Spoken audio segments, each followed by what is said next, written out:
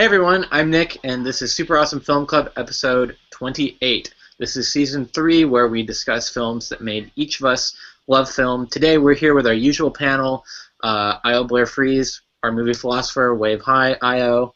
Hi, Io. And our benevolent overlord, Adelaide Blair. I'm in charge, but I'm giving Shut up. charge to you. Kayete.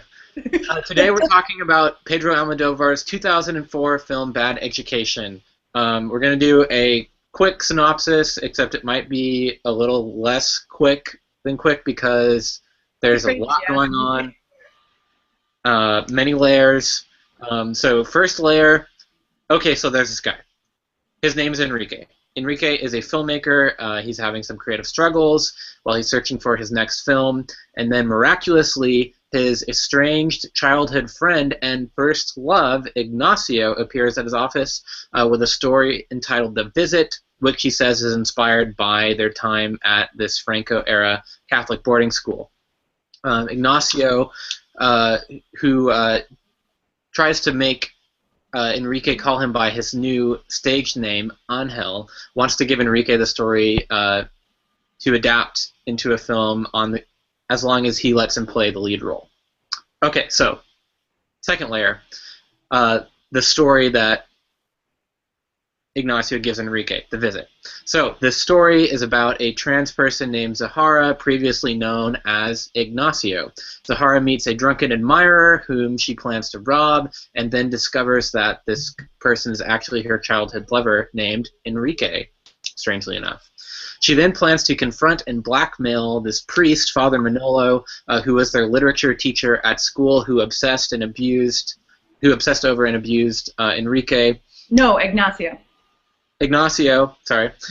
Zahara demands a huge amount of money from Manolo in exchange for halting the publication of her own story, also called The Visit. So, layer 3, Zahara's Visit, is also set at a Catholic boarding school for boys. In this story, a young boy named Ignacio also is the object of lust for another creepy priest named, predictably, Father Manolo.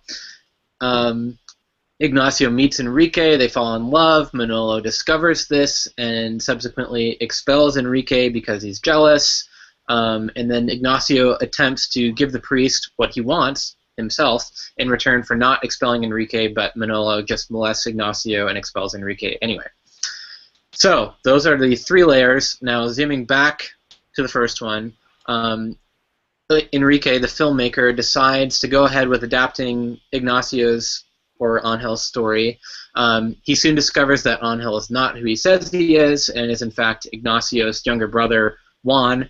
But despite this discovery, Enrique goes on to make the film anyway and casts Juan in the lead role. So that's the premise. There's a lot that happens, and characters from the story begin to appear in the primary level in Enrique's world as he confronts his past and his love for Ignacio.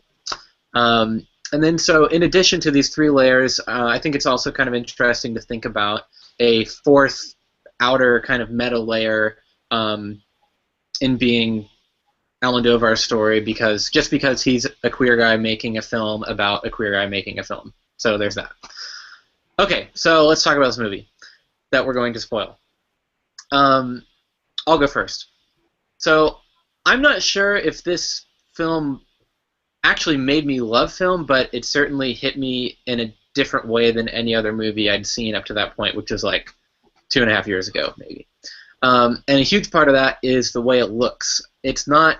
There are a lot of things holding your attention in this movie, and it's not just a shirtless Gael Garcia Bernal holding your attention. It's also... That doesn't hurt. I just want to put that in there. Yeah, it's also this really vibrant, sort of collage-like, melodramatic look of the film lulling you into this kind of trance. And that might sound a little bit over the top and exaggerated, but that's really like the effect it had on me the first time I saw it. I couldn't look away from it. And after I watched this movie, that was a quality that I came to search out in my movie-going experiences. And it has this, it's a very emotionally complex movie. There are scenes that where you are lulled into that kind of beautiful trance, and you're also kind of going ew at the same time.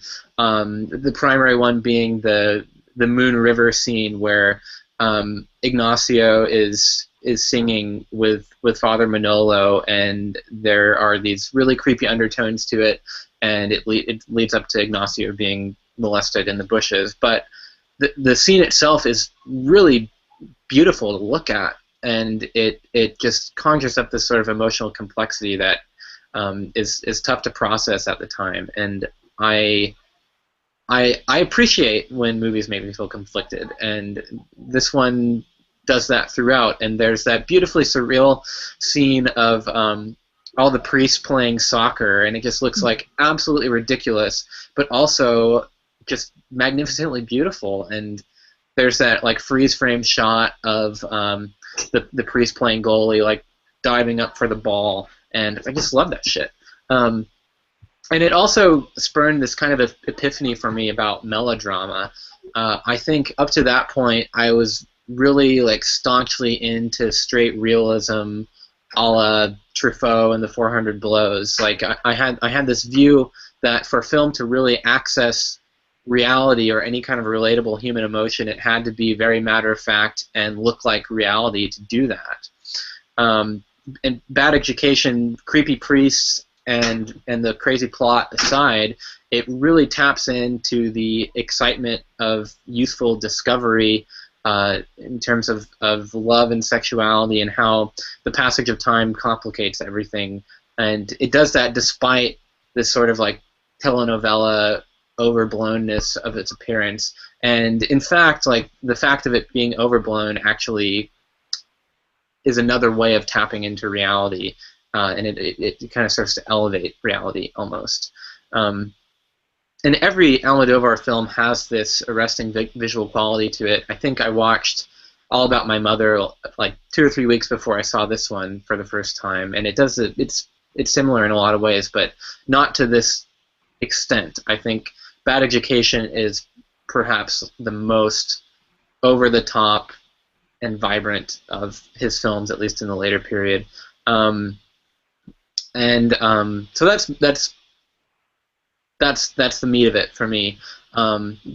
I think it doesn't feel slow to me, but I was really surprised after I watched it when I looked it up that it's under 2 hours long. I always thought that this film was like 2.5, and it certainly feels like that. It doesn't feel slow. It's just like there's so much going on that it feels like you're in this world for a really long time. So now I'm curious to hear what you two think. Io, you want to go first? All right. So when Nick says telenovela, that is definitely something that resonated with me as well. The colors about it, the very over-the-topness, and the name switching are all things that I felt were very borrowed from telenovelas. There's a thing that's revealed at the end that felt like, so throughout the film, like it's very stylized and it's very beautiful and it's so well done, and at the end there's this like switch, and I thought when it happened, and I guess I can spoil it, you find out that when the main character isn't who he says he is, he's not Ignacio, but he's his little brother. And you're like, oh gosh, I'm back in the telenovela. But this is, this is like something that I'm totally used to, but it's so different from what I'm used to. So it's very interesting in that it goes from kind of a setup that is very kind of typical, I guess, for a Spanish audience, but brings in so many elements more. I mean, it's a layer on top of a layer. You've got a guy making a film about a guy making a film about a woman writing a story, and all of the same things are happening on all the different levels, and at times it gets really, really confusing about what you're supposed to call a character, because everybody has 2 or 3 names. Usually they're the same. But it's very clear the messages that you're supposed to get from the movie. And it all tells one story. And I thought, when you also brought in that whole 4th element of Pedro, being a gay man writing a movie about a gay man writing a movie, I'm not going to go back into it. Pedro? I wonder... The director. Oh, no, Oh, Pedro Almadovar. Okay, I'm like, wait a minute. That's not a name that you're familiar with. No, another name, Pedro.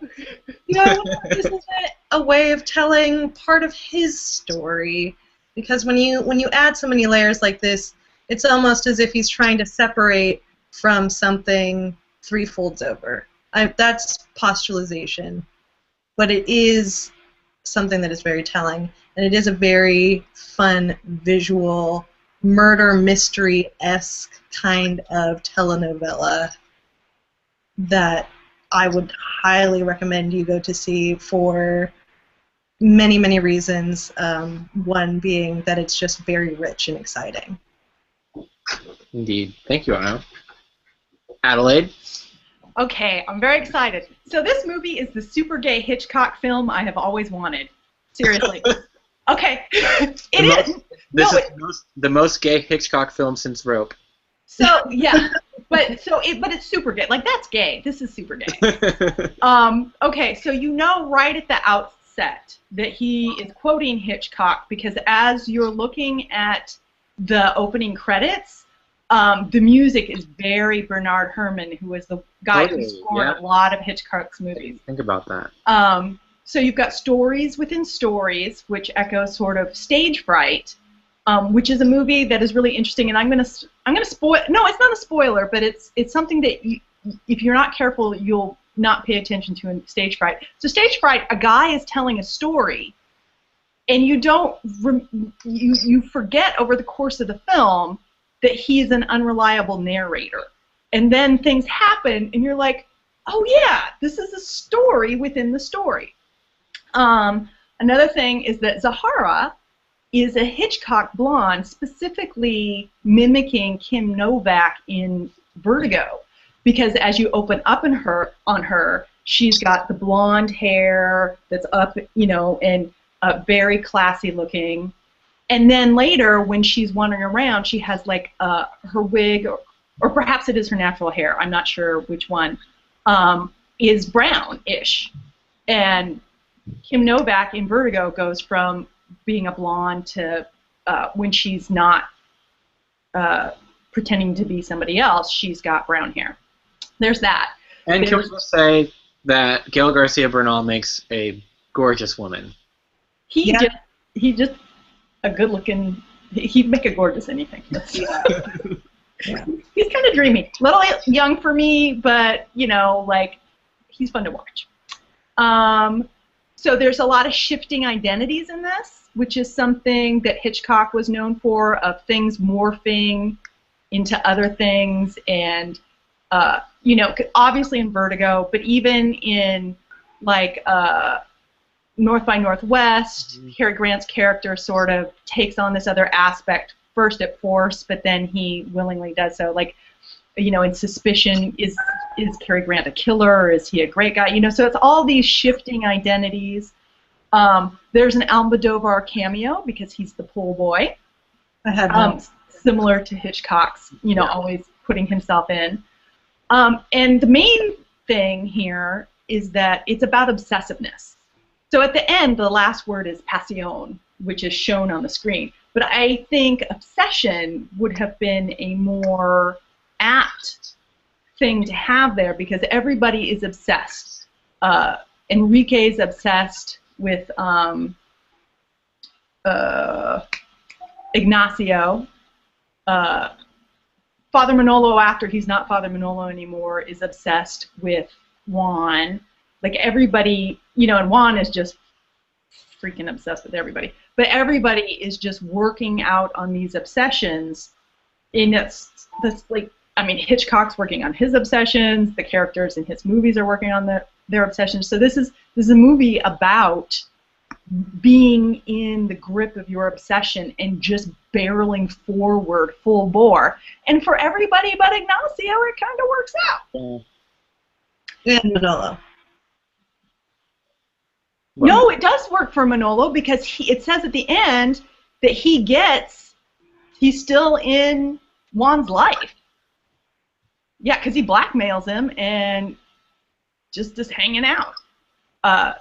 So, but it's unlike a Hitchcock movie which, you know, all usually resolves into something kind of tidier. This one, everybody gets what they want. Like, you get to be in the grip of your obsession and then just go for it. Yeah.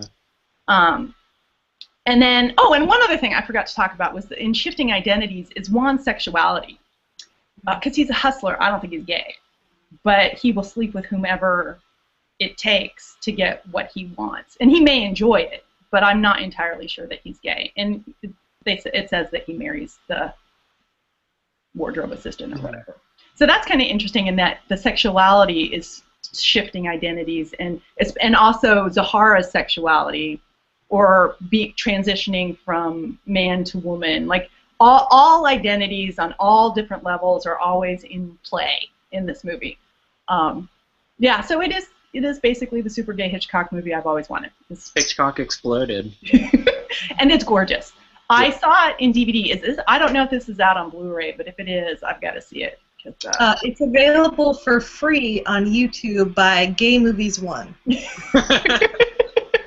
Well, I rented the disc from my library, and I'm going to look and see if there's a Blu-ray, because it is gorgeous.